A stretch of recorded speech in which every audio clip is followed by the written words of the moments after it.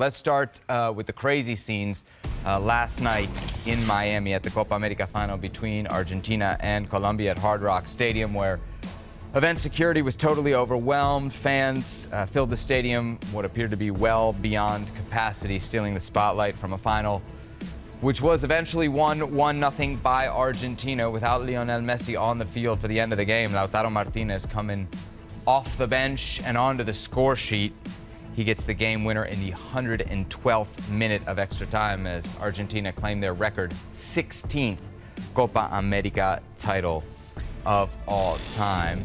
Of course, there's been quite a bit of fallout from what happened before the match. This is the latest statement from CONMEBOL. As it is already known, during the final held in Miami, fans without tickets went to the stadium's vicinity, which delayed the normal access of people who did have tickets, slowing down the entry and leading to the closure of doors. In this situation, CONMEBOL was subject to the decisions made by the Hard Rock Stadium authorities, according to the contractual responsibilities established for security operations.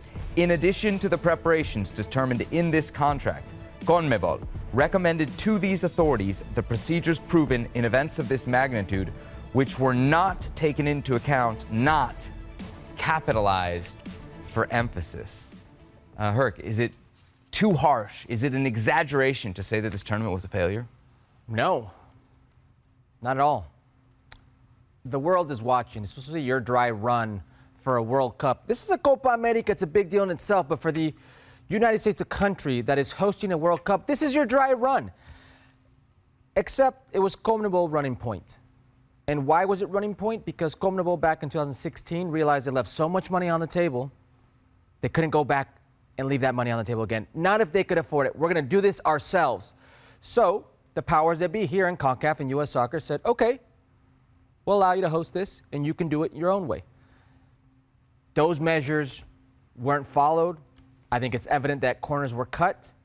The bare minimum was done when it came to the field, the integrity of the players and their safety on the field. Nowhere near the safety measures or enough of them or the protocols that should have happened in the Uruguay-Brazil game, in the semifinal. And in the final, knowing what just happened and knowing that you've seen big events around the world, Euros, Wimbledon, the Champions League final, things like this have happened. You didn't think this scenario could be plausible.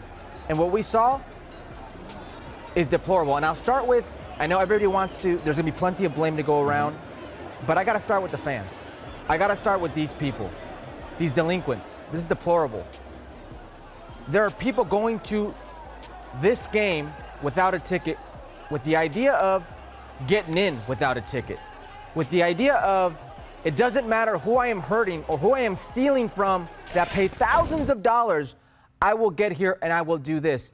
And then the safety measures, we can hear from, Dade County Police in Miami. We can hear from the stadium, Hard Rock Stadium and their authorities and their facilities or whoever was in charge about the measures that were placed. But what we saw was people in that stadium, per reports, 7,000, if not more, in that stadium without a ticket, that forced people with tickets not able to go in, bypassing safety measures. God knows what they had on them or what could have happened without those safety measures in place. And here we are for the world to see while there's a Euros going on that looked amazing, that just a splendor off the field and whatever you want to say on the field, but off the field it looked like a grand celebration. And here we are, a laughing stock in this country and beyond, about to host the 2026 World Cup, and we've got CONMEBOL pointing the fingers at the stadium officials. You've got U.S. Soccer quiet. You've got FIFA not a peep. It's a laughing stock. It's deplorable, and it's embarrassing. Shaka, there's a lot to pick from, too. What happened in the final wasn't just happening in a vacuum. We had what happened in the semifinal between the Uruguay players and the Colombian fans. We have all the field concerns. We had Shakira extending halftime. We had the ticket prices. I mean, you smile about it, but if you think about, like, Kansas City, for example, the Uruguay-United States game, we saw that game. That was a huge make-or-break game for the United States in their home country, Shaka. And it wasn't sold out. It wasn't even close. And if you look at the TV ratings, Kansas City was the #1 market. I mean, people were priced out of that game. There's so much to pick from. It's hard to think of any way, other than the dream final they got, Colombia and Argentina in Miami, which they couldn't handle, that this tournament was a success. Yeah, let me say, I'm smiling because had you asked me whether this tournament was a success or not 5 minutes ago, I'd have said, I think it was a success. I think, given what this tournament promises to be, involving the North American, well, certainly the CONCACAF Confederation, in parallel with CONMEBOL in terms of putting on events and what all the potential that it holds. I am buoyed by that. But then listening to both you and Herc speak and seeing the images that we just showed and recognizing all the issues. And while over the last, 24 hours, it has been about the final, well, over the last 72 hours, it was about Colombia, Uruguay, added to the problems that we saw last night. Throughout the entirety of this tournament, we've been speaking about field conditions and how poor those were. And I am sitting here kind of rethinking my own opinions about this tournament, my own opinions of 5 or 6 minutes ago, because there really was a lot that went wrong that shouldn't. And what is even more depressing, what is even more hard to accept, is how everybody is trying to pass the buck on responsibility. If somebody stepped up and just said, we got this wrong, here's why we got it wrong, here's what we thought or we assumed, or whatever it may be, and we'll be better next time, we'll be better in 2 years' time, whatever it is, I would have said, you know what, we are seeing a blueprint for what's to come. And we can believe in that blueprint. But the quiet after the semi-final, Uruguay-Colombia, was deafening. Now, the noise you've heard since the final has been even more concerning. CONMEBOL passing the buck to Hard Rock. Miami-Dade coming out and saying, well, listen, we didn't really have much to do with this at all. CONCACAF, USSF, FIFA, even more quiet. And that, for me, is where the real concern is. How, as I maintain, a potentially exciting tournament for the region has become, as to use Herc's phrase, a laughingstock for certainly those in Europe who are looking on and wondering how we could manage the game this side of the pond. I know it's not going to be CONMEBOL, it's going to be FIFA. But if we do look ahead 2 years, of all the things that you've seen here, what's your biggest worry, something that you fear might repeat itself when the World Cup comes around? It's a loaded question, and I think my biggest fear is there are officials, entities in this country that don't realize, and this is an excuse because those people are deplorable, they're delinquents, they're thinking about themselves and have no moral compass, but they don't understand how the game moves certain people around the world. And I don't want to confuse that as an excuse or in any way. It's a reality. It's a reality that these games are treated differently in different countries because of the outcomes.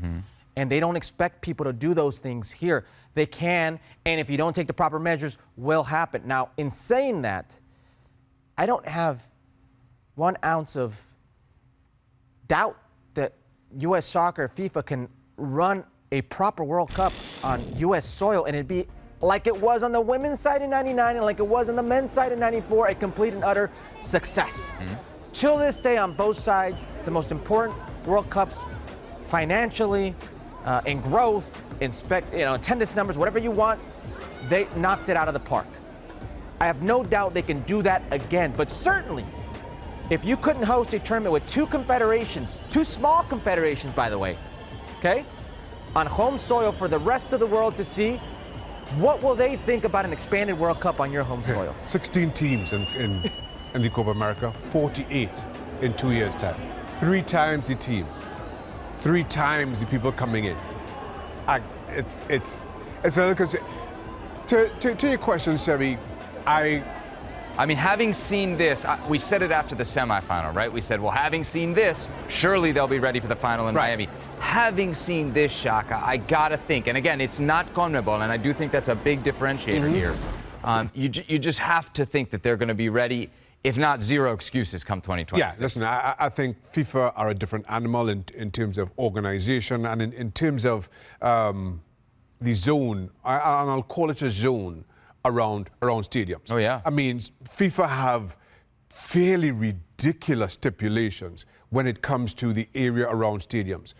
What signs can be on buildings, and if somebody who is not a FIFA sponsor just happens to own a building within eyesight of the stadium. We saw it in Qatar. You couldn't get anywhere near the stadium. You couldn't get anywhere near. But for instance, Qatar was a fairly different in that there were new stadiums, not very high buildings. But for instance, I was in South Africa.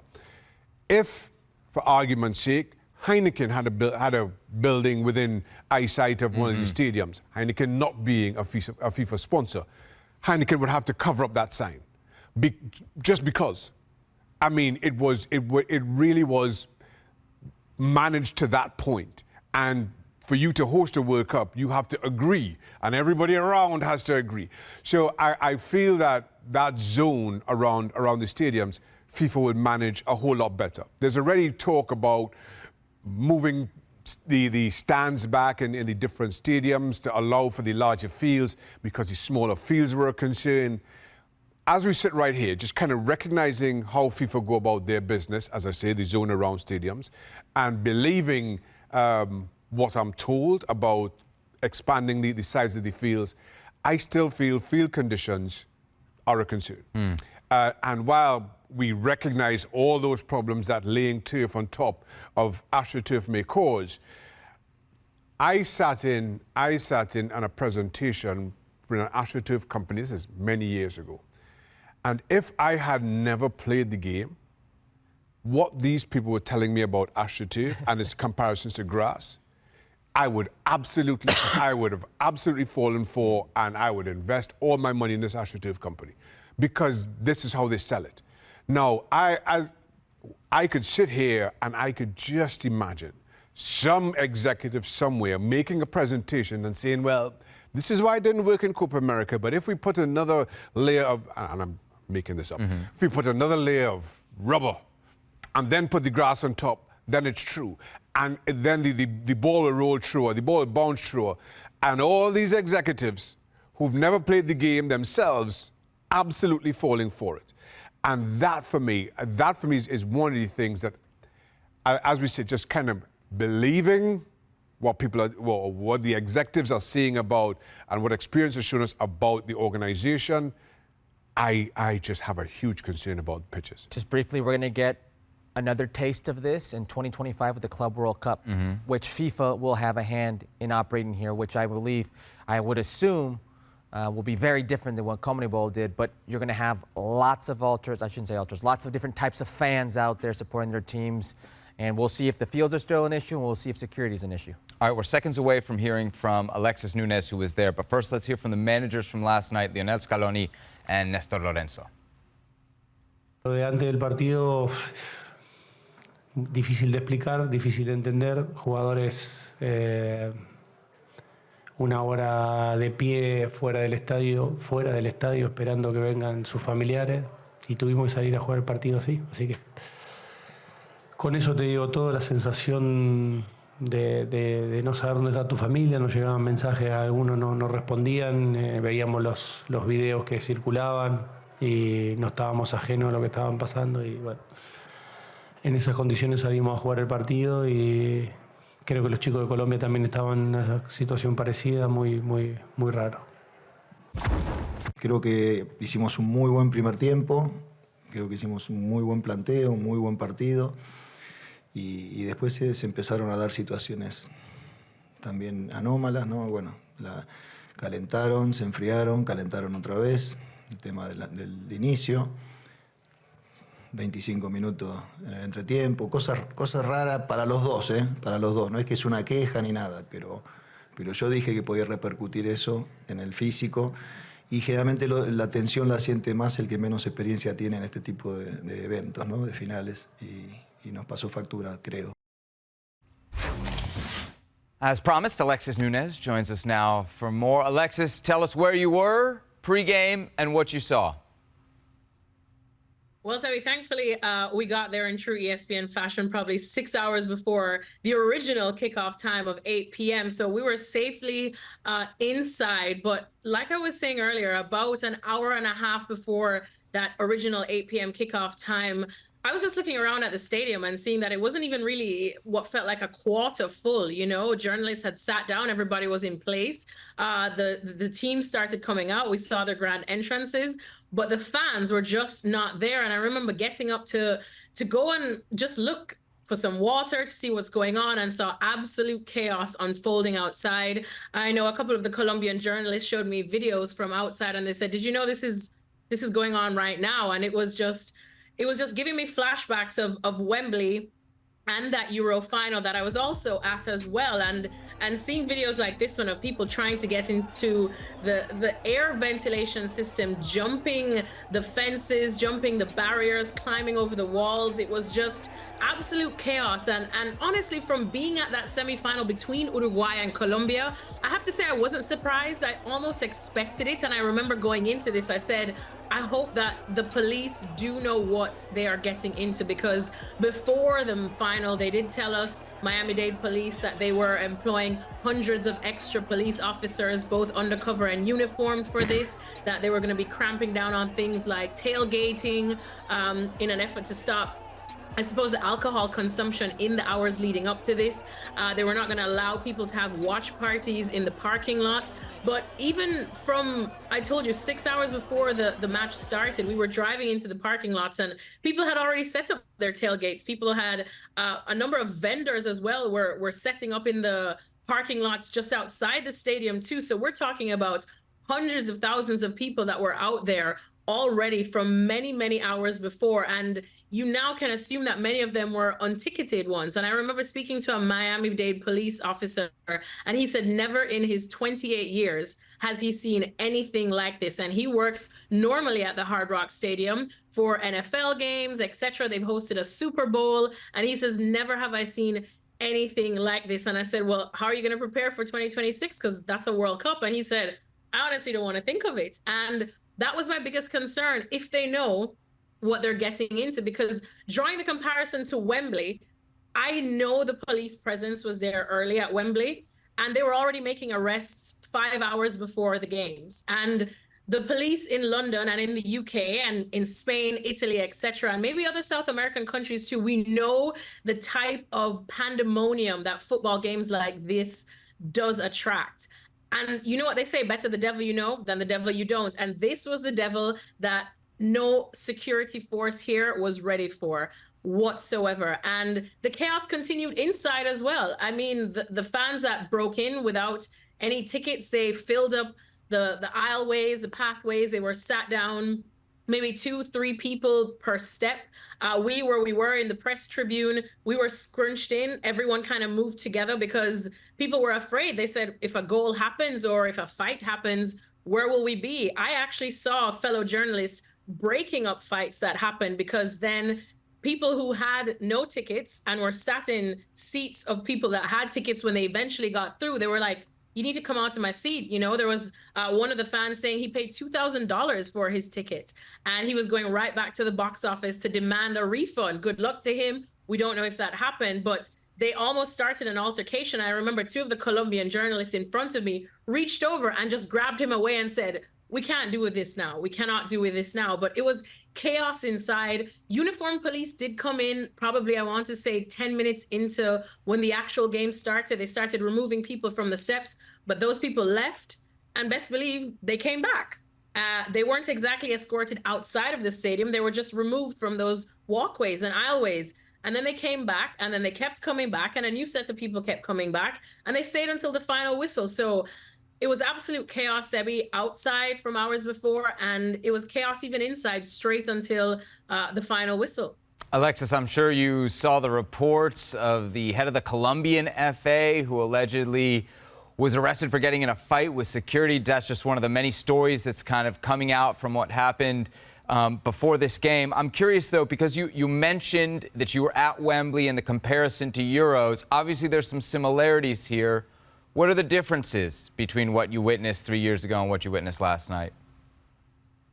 The main difference is that I genuinely can say this now looking back on it, and I felt a lot safer at Wembley. I really did. I felt that at least the police force, even though they were overwhelmed at the start, and the stewards knew how to handle that situation. And in what we saw last night, I never once really had faith that they could handle this situation and that it was progressively going to just get worse. And that's kind of what happened. Like I said, there were still people, which I'm sure was a fire hazard as well, just everywhere, in every nook and cranny, just taking up every bit of space in that stadium. And I know it's amazing scenes that sometimes we celebrate from the world of football, whether we see it, you know, even for me in Jamaica or in Mexico or in South America, where people just want to see a game so badly. They sit on the barriers, they sit on the walls. But now you don't want to see that in the USA when you know it's 2 years before a World Cup, when you're welcoming the world to your home. And I know, of course, that is a different conversation because FIFA then will be in charge. But I think if you compare it to Wembley, I was definitely a lot more uncomfortable last night because, like I said, after speaking to the police officers after, they flat out told me they really did not expect this, that in all the meetings and briefings that they had before this, they were told about what happened in North Carolina between Uruguay and Colombia and to expect a certain type of pandemonium as well. They said that they presented a number of different measures to be taken place, but of course, those measures do come at a certain budget. And they said that those measures and their police force was cut by 40% because they felt it would still be enough. And unfortunately, as we saw, it was not. And I think we all knew that it would never be enough. We knew the type of pandemonium that a final like this was going to attract. And I think if you compare it to Wembley, this is much more of a nightmare than that one was. Alexis, great stuff, not just on this story, but throughout the tournament. Take a break, take a vacation. You've definitely earned it. I know you've been out there in those parking lots sweating. It's not an easy job, but you've been on this show, you've been on SportsCenter, you've been on ESPN Deportes, you've been crushing it, and we certainly appreciate your time here on Fútbol Americas. Thank you, guys. See you soon. There she is, Alexis Nunez. When she gets back from her well-earned vacation, you can check her out over on ESPN FC, which is available daily on ESPN+. Don't miss a single episode with Dan, Kay, and the rest of the ESPN FC crew.